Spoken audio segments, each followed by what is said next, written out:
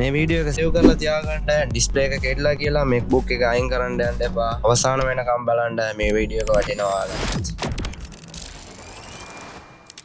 System එකේ කම්ප්ලයින්ට්ස් display ඉෂුව කියලා. හැබැයි අපි නිවැරදිව කරනවා නම් අනිවාර්යෙන් ඩිස්ප්ලේ ටෙස්ටර් එකට දාලා චෙක් කරනවා ඩිස්ප්ලේ එකේ ඉෂුව එකක් තියෙනවද එහෙම නැත්නම් මදර්බෝඩ් එකේ මොනවා ඉෂුව එකක්ද කියලා. මුලින්ම අපි MacBook එක ආරක්ෂිතව ඕපන් කරගමු.